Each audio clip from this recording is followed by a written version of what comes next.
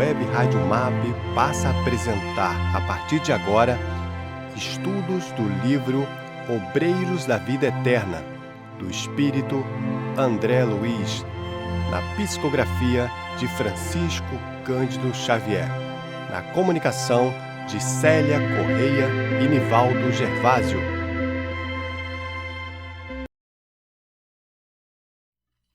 Começou. Bom dia, meus irmãos, bom dia, Nivaldo. Bom dia, Célia, bom dia a todos. Então, estamos aqui mais uma semana, mais uma terça-feira. E chegando já pertinho do finalzinho já ao final de mais do nosso um livro, né? Obreiros da Vida Eterna. Esse livro, Célia, que a gente sempre fala, né? André Luiz vai trazer para nós esses 5 modelos, exemplos de desencarne. E que a gente vai percebendo, como ele próprio já disse, que não há um desencarne igual ao outro. Né?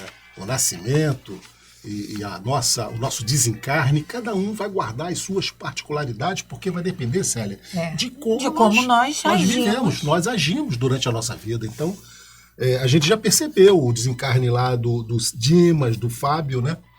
A moratória da Albina. Agora estamos no Cavalcante. Que veio através de uma prece lá do Joãozinho, né? Uhum. E foi aceita porque comprometeria a gravidez de uma das filhas da Eunice. De uma das filhas da Albina.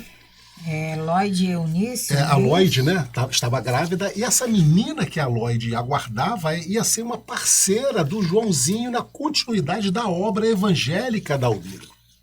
Por isso é que a espiritualidade achou conveniente dar uma moratória à Albina, quer dizer, havia uma justificativa, Célia, coletiva, futura, né? E agora nós estamos no desencarne do Cavalcante, né, Célia? E só lembrando, Nivaldo, são 20 capítulos. Uhum. Nesse livro, se nós olhando lá o índice, são 20 capítulos. Nós estamos no 18. Então, estamos aí na reta final. E já vimos 3. E vamos ver o terceiro. A gente desencarne. A gente tira aqui como modelo, né, Célia, Dimas, que a cada capítulo, né, André Luiz vai dando notícias dele, do desencarne, como ele está, porque o Dimas era espírita, médium, e teve um desencarne difícil, teve uma chegada no mundo espiritual difícil, porque ele não preparou a família, né? Então a família que ficou desorganizada, e ele, por ver a família também desarmonizada espiritualmente, ele também ficou balançado. E a gente vê como é importante esse esclarecimento, tanto para a nossa parentela, nossos amigos, nossa comunidade que tem contato conosco mais diretamente. Esse preparo para a partida, quanto para quem parte. Esse equilíbrio é fundamental, porque apesar de termos ido ao mundo espiritual várias vezes, mas é sempre uma novidade, sempre o novo. O novo. Quando nascemos, quando reencarnamos e quando retornamos à pátria espiritual.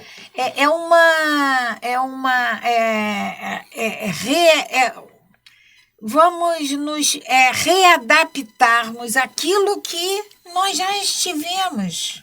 É uma readaptação. E nesse livro, né, Célia, só aqui, como nós falamos no desencarne do Dimas, que foi um desencarne relativamente fácil, mas que a chegada dele, a readaptação, se tornou difícil.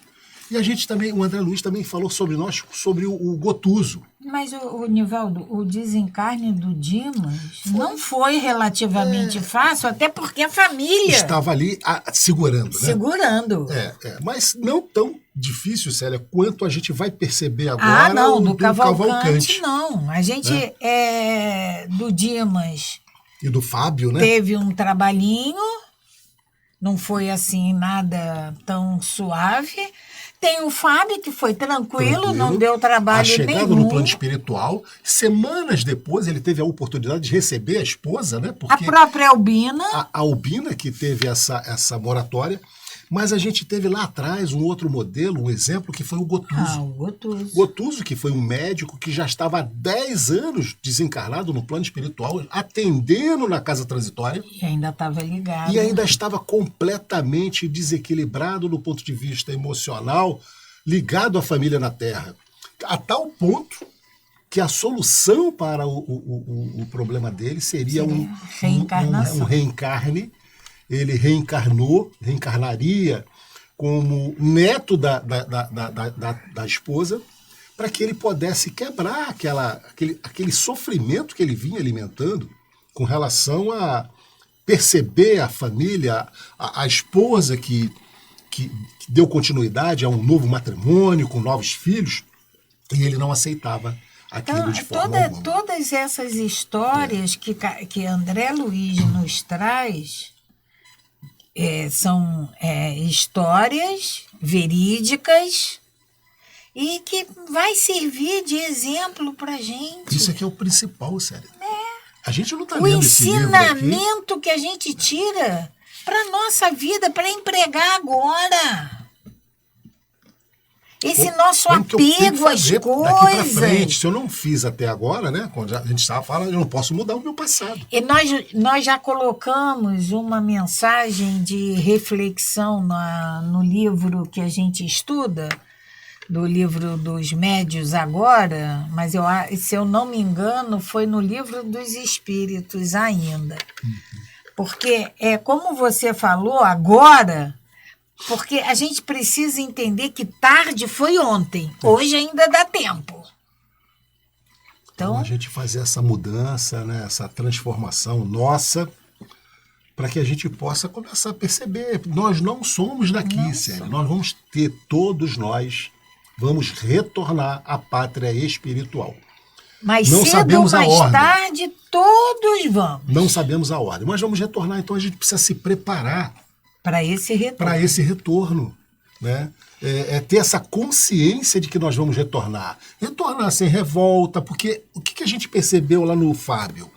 O Fábio encarou com naturalidade. Né? Ele preparou os filhos, a esposa, incentivou. E ele próprio retornou com muita tranquilidade. E a gente, André Luiz, ele nos mostra a necessidade, nesse livro, Obreiros da Vida Eterna, ele nos mostra, Nivaldo, a necessidade que nós temos de nos desapegarmos desse mundo material. Esse mundo não é o nosso verdadeiro mundo. Esse desapego, Célia, material e, de certa forma, um desapego familiar ou pessoal. Não é desamor, não. Não é não amar, mas amar com entendimento, para que a gente não fique com o Gotuso. Não é um amor posse. Posse, porque o Gotuso, Célia, ele tinha um amor pela família, pela esposa, mas era um amor posse. E isso o prejudicou. O Fábio, ele deixa a esposa desprendido completamente. Desprendida, olha a diferença. Então é esse amor. O Fábio, efetivamente, ele amava a esposa, os filhos, porque ele quer o melhor para ela, né? Mas, Célia, no capítulo 18, que a gente está agora, como você falou, estamos na retinha final, são 20 capítulos, estamos falando sobre o desprendimento difícil, que é o caso Cavalcante. Cavalcante, nós já tínhamos visto lá anteriormente, ele é católico. E pelo que nós já vimos até agora, o Cavalcante está com câncer, né, uma metástase em todo o seu organismo, mas ele está tão agarrado à matéria que ele dificulta, inclusive, a equipe do Jerônimo, do André Luiz, que está lá para fazer o desencarne dele. E por que o Cavalcante, Célia, está agarrado a essa necessidade de não morrer? Porque ele tem medo. Ele tem medo. Ele como afirma, católico... Ele afirma que ele vai ter um capelão que vai assistir. Ele pede, né, como todo católico, a fazer a confissão final. Aquela extrema-unção, né? E aí ele diz para o capelão: tenho medo, muito medo de morrer. Por quê? Porque nós sabemos, Célia, que na religião romana, você, ao morrer, você só tem 2 caminhos, basicamente: o céu ou o inferno. Se você agiu com prudência, você vai para o céu, é aquele local de descanso final, e fica aguardando, né, a ressurreição final. Ou o inferno. Tem lá o purgatório, né? Então o Cavalcante, ele tem medo porque ele acha que ele não conduziu a vida dele com dignidade. Então ele acha que ele vai para o inferno. Olha o problema que o Cavalcante está vivendo, o drama que ele está vivendo. Então ele não quer morrer, porque ele não quer se deparar com aquela imagem do inferno que foi passado para ele, que é aquele queimar a vida toda, o resto da vida no fogo do inferno. E tem o capelão, nós vimos na semana passada que o capelão, ele estava querendo acabar logo com aquele negócio. Porque a situação do cheiro que exalava, né? A situação do Cavalcante, Célia, ele que já está com metástase, ele já começa a exalar um odor desagradável. Os órgãos já estão em deterioração. E ninguém aguenta mais, suporta ficar próximo ao Cavalcante. E o capelão, por sua vez, foge aí toda a parte que ele teria que ter, né, de afabilidade e tudo mais para com aquele paciente, ou aquele doente, com aquele irmão ali. Mas ele quer acabar. Era quando o Cavalcante mais precisava. Né? Mas ele quer acabar, porque ele não suporta o odor que Cavalcante exala, o cheiro, né? Então, Célia, continua para nós paramos aí, né? O capelão falava apressado, abreviando a palestra e tentando dissimular suas penosas impressões olfativas. Mas o moribundo continuou ingênuo. Tenho medo, muito medo de morrer. Era o cheiro que ele, infelizmente... aí nós vamos lembrar de outra passagem, e aí de Jesus ele não veio aqui para os sãos, ele veio exatamente para os doentes.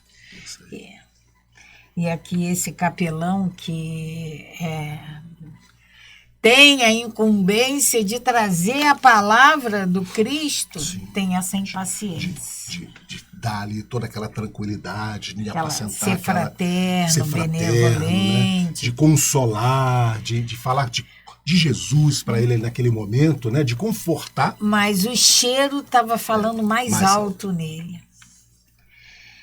Bem, temperou o religioso, o capelão, né? Não ocultando um gesto enfado que passou despercebido aos olhos do crente. Precisamos preparar o espírito para o que der e vier, o capelão falou para o Cavalcante. Ouça, padre, acredita que me salvarei? Isso o Cavalcante perguntando ao padre. Você veja que é a dúvida dele interna, é o drama que ele vive de querer saber se ele se salvará.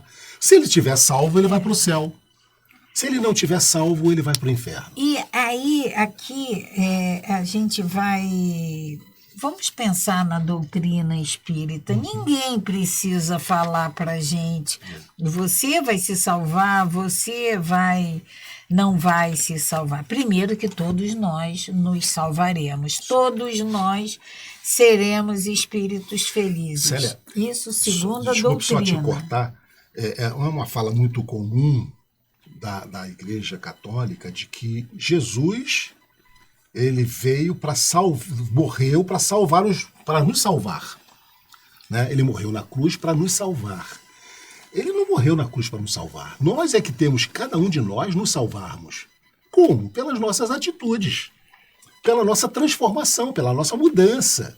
Ele veio para dar o exemplo de como ser, como fazer. Jesus ele é um modelo, como está no Livro dos Espíritos, né?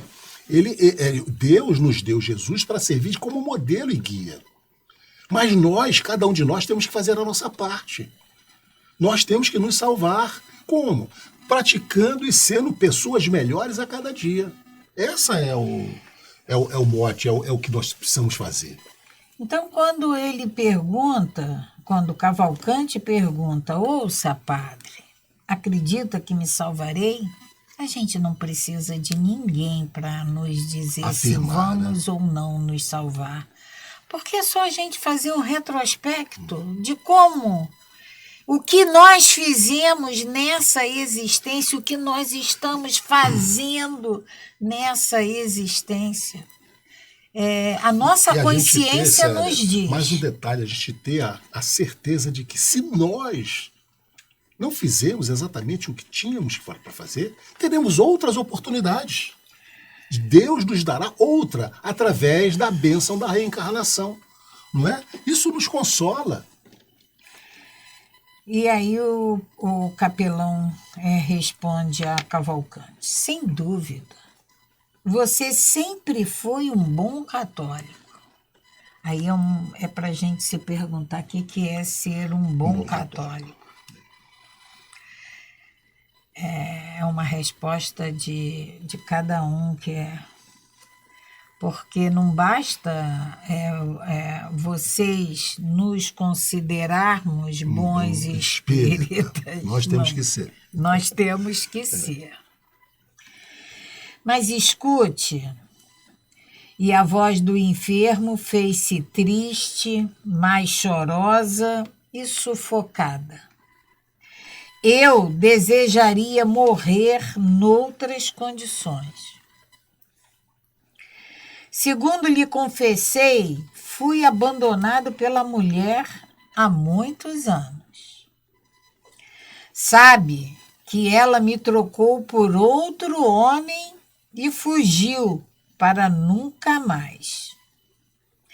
Sempre admiti que experimentei semelhante prova por incapacidade de compreensão da parte dela. Mas agora, padre, encarando a morte frente a frente, reflito melhor. Quem sabe se não fui eu o culpado direto? Talvez tivesse levado longe demais meu propósito de viver para a religião, faltando-lhe com a assistência necessária. Lembro-me de que, às vezes, chamava-me Padre Sem Batina. Possivelmente, minha atitude impensada teria dado origem ao desvio da minha companheira. Olha o pensamento do Cavalcante. Ele foi abandonado pela esposa. Ela, como ele relata, né? A esposa, há muitos anos, sabe que ela me trocou por outro homem e fugiu para nunca mais. Então, ela trocou o Cavalcante, se consociou com outro homem e sumiu da vida dele. Ele nunca mais teve notícia dela. E ele achava que ela tinha sido, né? Sempre admiti que experimentei semelhante prova por incapacidade de compreensão da parte dela. Por que incompreensão da parte dela? Porque ele era um homem muito dedicado à religião. Tanto que ela o chamava de Padre Sem Batina. A esposa denominava o Cavalcante de Padre Sem Batina. Porque ele vivia muito para a religião. Mas ele mesmo, ele diz, faltando-lhe com a assistência necessária. Então ele se achou, a princípio, né, que ela era culpada. Mas depois, agora, fazendo uma nova reflexão, encarando a morte frente a frente, reflito melhor. Então ele começou a refletir melhor. Quem sabe se não fui o culpado direto? Então ele começa a pensar, a princípio a culpa era dela, mas agora, próximo à morte, ele começa a ficar em dúvida. E se eu fui o culpado, eu vou para o inferno. não é? Essa é a dúvida do Cavalcante. E aí a gente começa a ter uma ideia do Porque medo ele, dele. efetivamente, Célia, ele acha que nessa segunda reflexão que ele estivesse faltando-lhe com a assistência necessária. Na segunda reflexão, agora já próximo à morte. Inicialmente, ele culpabiliza a esposa, mas agora ele traz essa culpa para ele. Possivelmente minha atitude impensada teria dado origem ao desvio da minha companheira.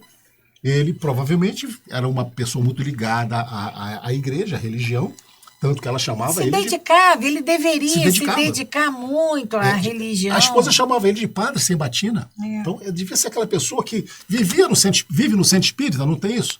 Às vezes, leva logo a cama para lá, a gente ouve isso às vezes, ou sabe dessas histórias. Um dos parceiros convive muito mais na casa espírita do que o outro, quando não há uma convivência entre o casal dos dois participarem juntos, a coisa não fica legal.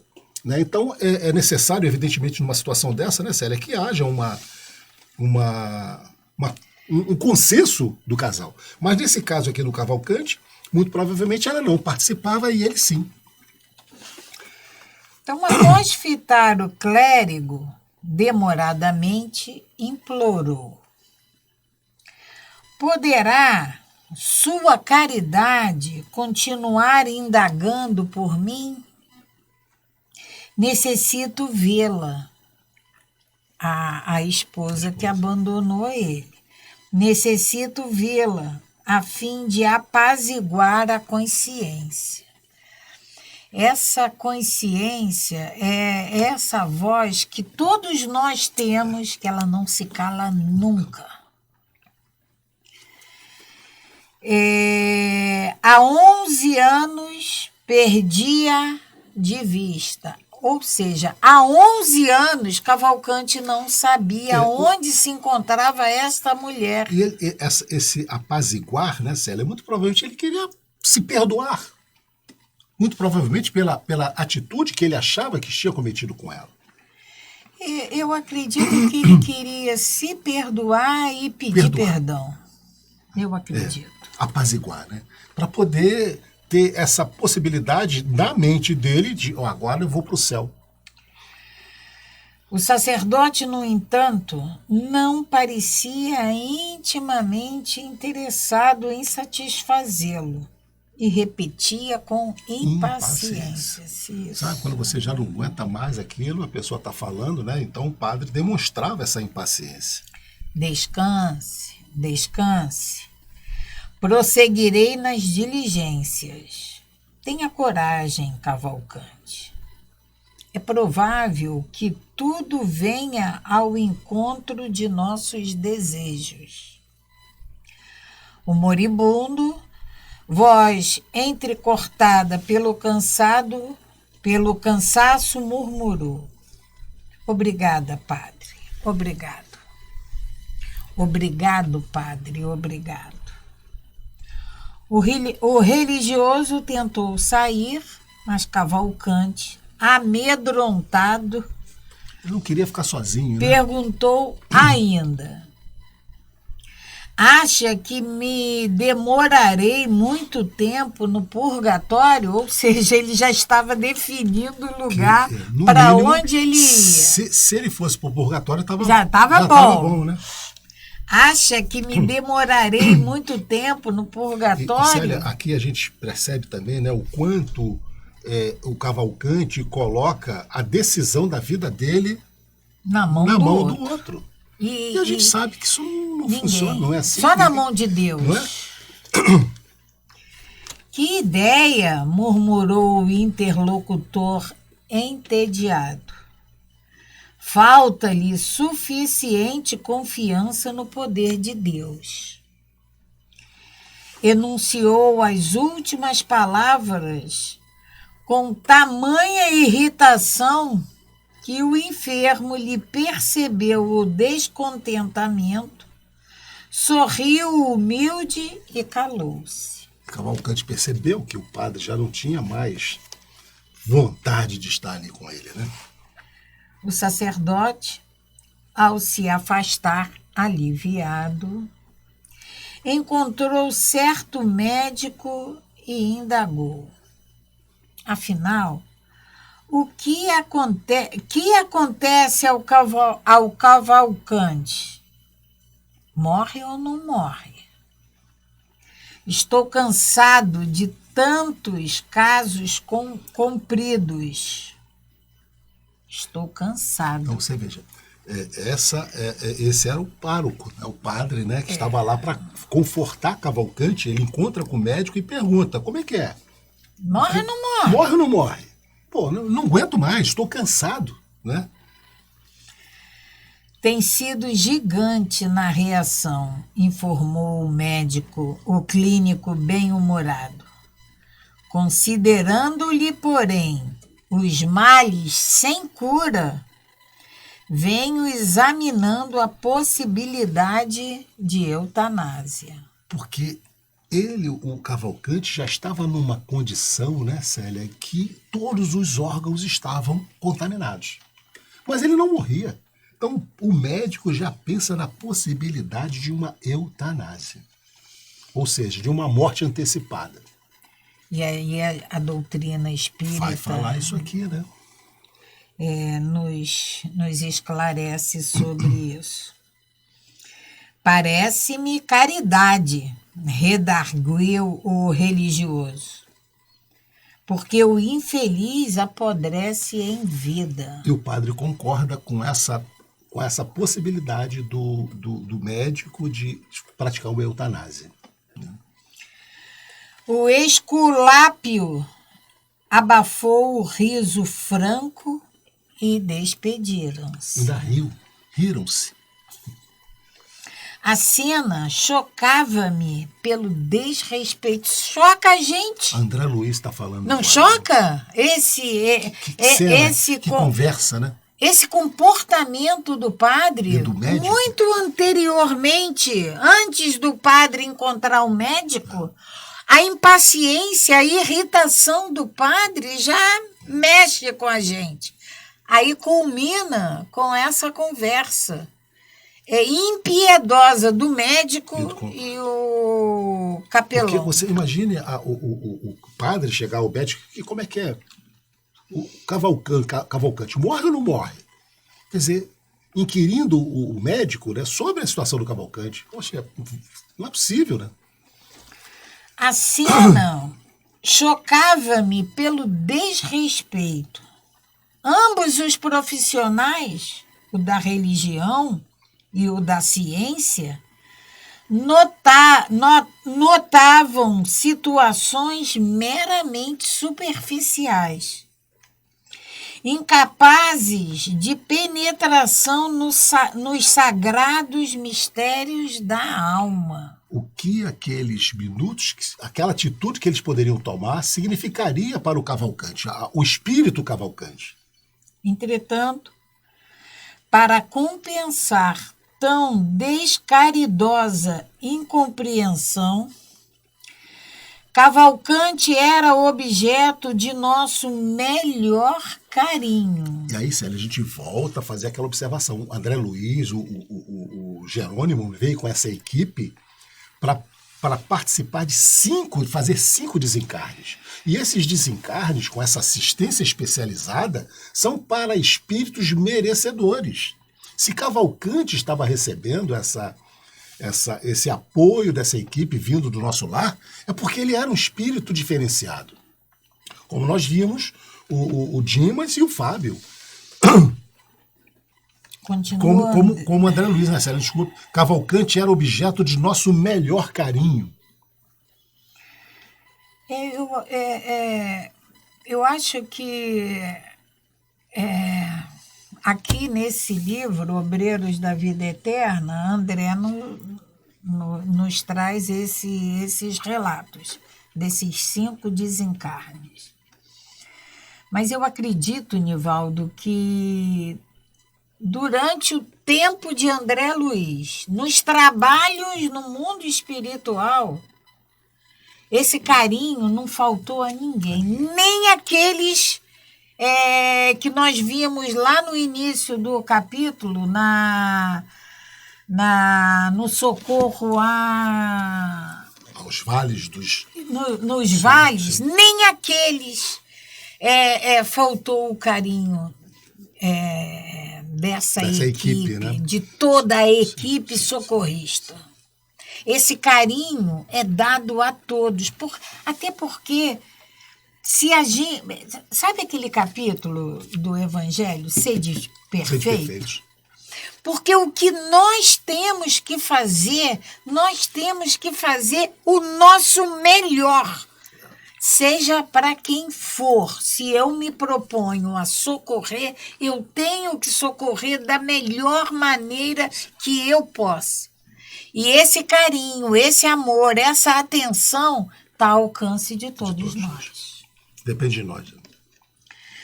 Para mim, para André Luiz, não saberia ministrar-lhe benefícios, dada a incipiência de minha singela colaboração.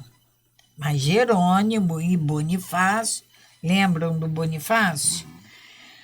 Mas Jerônimo e Bonifácio cercavam-no de singular cuidado, amparando-o como se fora bem-amada criança. O Cavalcante. Quando o eclesiástico pisava mais longe, meu assistente considerou. Aí o Jerônimo considerou. E você lembra, né, Célia, que nessa missão só estava Jerônimo e André Luiz, porque o padre Hipólito e o Luciano estavam lá na casa transitória, onde eles tomavam conta do já desencarnado o Dimas e o Fábio, né? Quando o eclesiástico pisava mais longe, o meu assistente considerou. O pobre sacerdote ainda não possui olhos de ver. Cavalcante foi, antes de tudo, perseverante trabalhador do bem. Por isso é que ele mereceu essa... Enquanto isso, o enfermo buscava enxugar as lágrimas copiosas. A atitude do capelão advertira-o do deplorável estado de seu corpo físico. Passou a sentir o cheiro desagradável das próprias vísceras, agravando-se-lhe o mal-estar. Sob incoercível angústia, pediu o comparecimento de determinada religiosa dentre as diversas que atendiam a casa. Experimentava funda sede de consolo.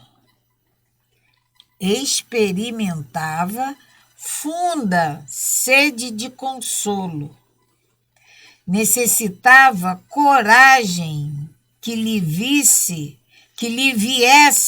do exterior. A situação que o Cavalcante passava, né, Célia, é aquela de desconsolo total, sozinho e com muito medo de morrer. E ele precisava de alguém que realmente o apoiasse, sabe? Aquela pessoa que segura na tua mão e diz, olha, estou aqui contigo e nós vamos orar, vamos passar por essa fase. Era isso que Cavalcante precisava. Por isso é que ele pede o comparecimento dessa determinada religiosa, companheira, né? Essa situação que Cavalcante se encontra é tão triste, porque além dessa solidão, André Luiz ele nos traz esse termo, funda sede de consolo. Provavelmente encontraria no coração feminino o reconforto que o confessor não lhe soubera prodigalizar. Padre. Porém, a irmã de caridade não trazia consigo melhor humor. Gente, Não deu sorte. Cavalcante não deu sorte. Ai, meu... Fez questão de escutá-lo, alçando desinfetante enérgico ao nariz, a infundir-lhe surpresa mais dolorosa. Porque ela muito provavelmente, né, Célia, ela tampava o nariz e colocava alguma coisa para distrair aquele cheiro que ela percebia. E o Cavalcante, evidentemente, ficou mais decepcionado ainda. Toda essa Pior. cena, nós não presenciamos, mas a gente imagina. Cavalcante chorou e queixou-se. Precisava viver mais alguns dias, declarou humilhado. Não desejava partir sem a reconciliação conjugal. Aí que está o que da questão, Célia. O que prendia Cavalcante ainda era essa necessidade dele, dessa rogativa, desse pedido de perdão, dessa reconciliação com a esposa, com a ex-esposa. Era isso que ainda retinha o Cavalcante encarnado. Então, não desejava partir sem a reconciliação conjugal. Vamos lembrar que ele tinha pedido ao padre lá. Rogava providências médicas mais eficientes e prometia pagar todas as despesas, logo pudesse tornar ao exercício comum. Pretendia recorrer a parentes endinheirados que residiam à distância.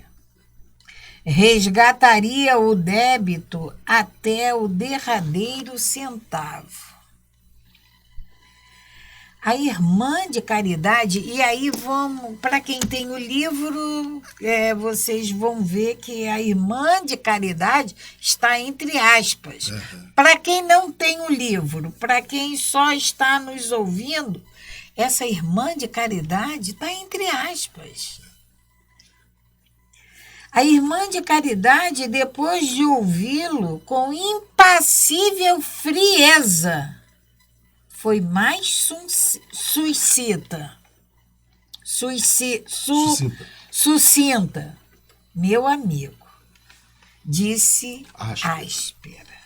Tenha fé. A casa está repleta de enfermos, alguns em piores condições. Como o doente insistisse nas solicitações, concluiu ríspida e secamente: não tenho tempo. Isso aí. O agonizante deu curso ao pranto silencioso. É quando você chora por dentro, né, Célia? A dor do Cavalcante era aquela dor interna, né? Chorava por dentro. Pranto silencioso. Recordou de alma oprimida por angustiosas saudade. Recordou de alma oprimida por angustiosa saudade a infância e a juventude.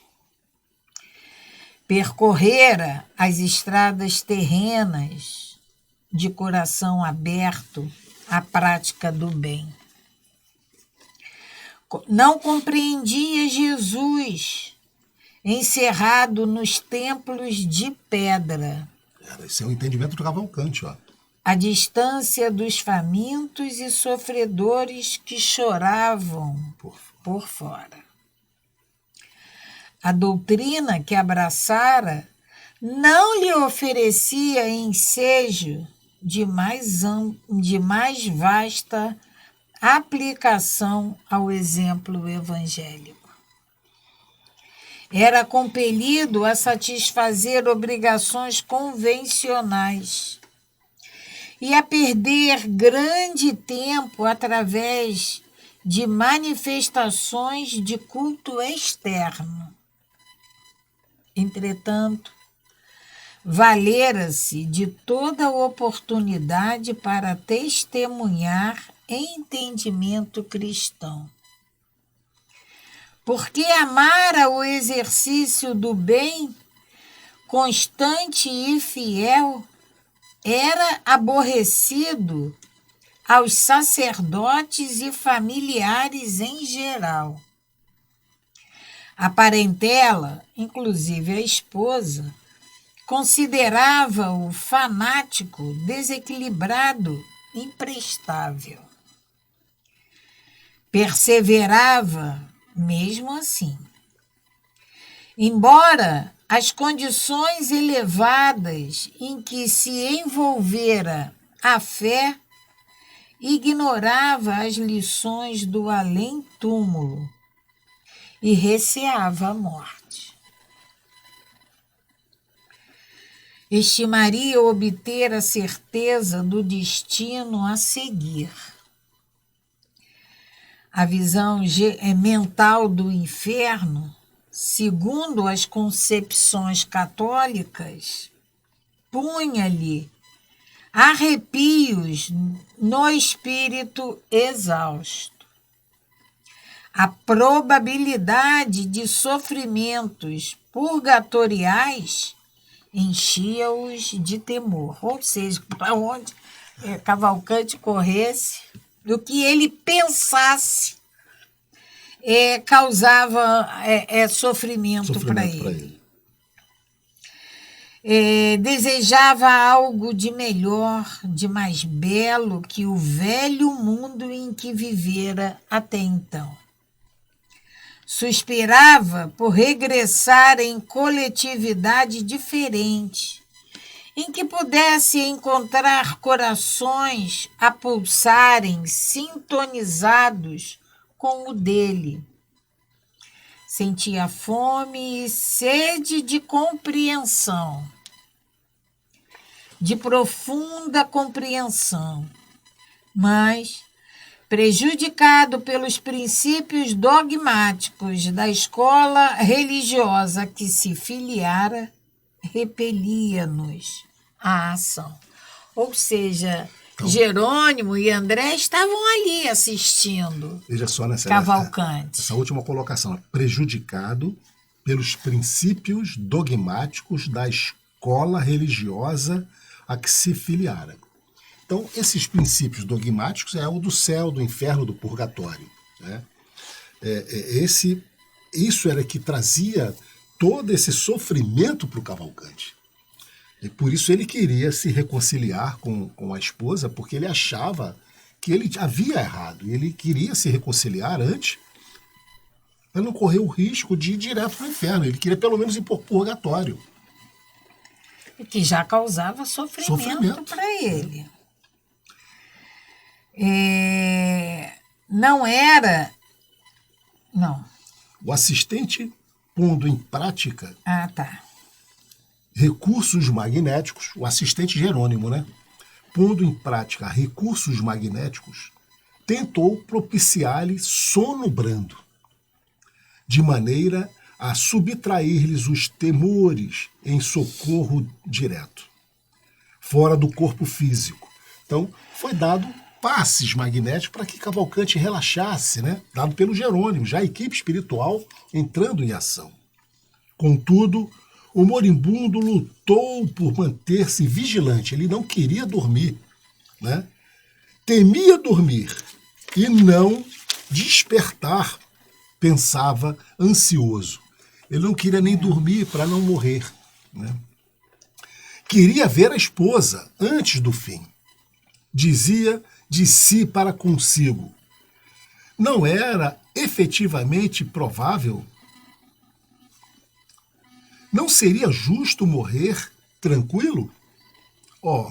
Se ela surgisse, acariciava a possibilidade, penitenciar-lhe-ia dos erros passados, pediria perdão ele está falando, está pensando, Cavalcante está pensando no encontro com a esposa, ele se perdoar, acariciar-lhe os pensamentos. Tamanha humildade assomava-lhe ao ser, naquela hora de grande abatimento, que não se magoaria em receber-lhe a visita junto do outro. Ou seja, ele aceitava até que ela viesse com o novo parceiro que ela estava vivendo. Mas ele queria ter esse encontro com ela, afinal, para se desculpar com a ex-esposa. E ele continua. Por que odiar?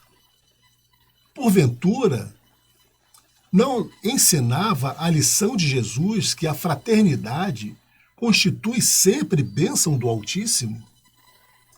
Quem seria mais culpado? Ele, que mantinha dobrada a indiferença para com as exigências efetivas da companheira, pelo arraigado devotamento à fé? Ou aquele homem, despreocupado de qualquer responsabilidade, que a recolhera, talvez em desesperação? Se pugnara sempre pela prática da caridade, por que motivo ele, Cavalcante, faltara com a necessidade, com a necessária demonstração, portas adentro do próprio lar? Em verdade, as sugestões sublimes da fé religiosa inflamaram-lhe o espírito de amor universal. Não tolerava a sufocação do idealismo ardente. Ninguém poderia reprová-lo, mas se era esse o caminho escolhido, que razão o levaram a desposar pobre criatura? Incapaz de arrepender-lhe-se a fome da luz. Por que fizera firmes promessas a um coração feminino, ciente de que ele não poderia atendê-las? A dor desenha a tela da lógica no fundo da consciência, com muito mais nitidez que todos os compêndios do mundo. A morte próxima enchia aquela alma formosa de sublimes reflexões. Entretanto, o medo alojara-se dentro dela como sicário invisível. Quer dizer, ele percebia a proximidade da morte e o medo estava dentro dele. Ele não podia sair daquela vida sem a possibilidade de uma reconciliação. Cavalcante, que via tão bem na paisagem dos sentimentos humanos, permanecia cego para o outro lado da vida, de onde tentávamos auxiliá-lo em vão. Então, na vida dele, né, ele tinha essa consciência da ajuda, da simplicidade, de fazer ao próximo tudo aquilo que ele poderia, mas ele não tinha esse entendimento espiritual, ele não tinha o entendimento da vida após morte, era cego. E é exatamente isso, que esse sentimento, esse envolvimento que Cavalcante está tendo próximo a esse desenlace, porque nós sabemos que a vida continua. Isso. Não queremos. Queremos continuar aqui, mas vamos ter que regressar ao mundo espiritual. Mas a gente sabe que tem um prolongamento. Nós vamos retornar à nossa verdadeira casa. E para quem não acredita em nada? Então você veja, é exatamente e isso. O nada. O Cavalcante permanecia cego para o outro lado da vida. Né? E isso trazia esse sofrimento, esse desespero para ele, Célia. Porque você não sabe o que vai te acontecer. Você pensar no nada, você vai para o nada. O pior, ele sabia que ele ia, no mínimo, para o purgatório. No mínimo, para o purgatório. Mas fazer o quê? Que era o purgatório, aquela Mas região ainda- não, de não. sofrimento intermediário com possibilidade de ir para o céu. Não, mas, Nivaldo, mas tem o juízo final ainda nessa história toda. Vai para o purgatório, vai para o céu, vai para o Olha inferno, o seja dilema lá. na E- cabeça do Cavalcante. E aí ainda tem o juízo Ele se final. considerando, na altura do campeonato, errado, por ter se dedicado tanto tempo da vida dele a causas externas e provavelmente ter deixado de cumprir as suas obrigações para com a esposa. Né? Então, Mas esse ele o era drama dele. dedicado ao bem. Muito embora a religião que ele tinha abraçado o levava à exterioridade, a praticar atos exteriores, mas ele era dedicado ao bem. Célia, nós vamos ter que parar por aqui hoje, né? Estamos chegando já ao final do nosso tempo, próximo já ao nosso almoço, e vamos deixar então para a conclusão desse capítulo, né? De como vai se dar esse desencarne de Cavalcante. Muitas coisas ainda vão acontecer aqui. André Luiz vai trazer para nós muita coisa ainda sobre esse desencarne do Cavalcante. Nós vamos poder ter uma ideia precisa do que vai acontecer e vai ficar para a próxima semana, então, com vocês. Então, E a gente agradece sempre a Deus, né? Agradece a essa espiritualidade amiga por essa nossa vontade de estarmos aqui estudando com vocês. Obrigada, Pai, obrigada a todos esses amigos espirituais que aqui se encontram. Graças a Deus. graças a Deus. Paz e luz. Paz, muita paz. A Web Rádio MAP apresentou o programa Estudo do livro Obreiros da Vida Eterna, de André Luiz, na psicografia de Francisco Cândido Xavier, na comunicação de Célia Correia e Nivaldo Gervásio.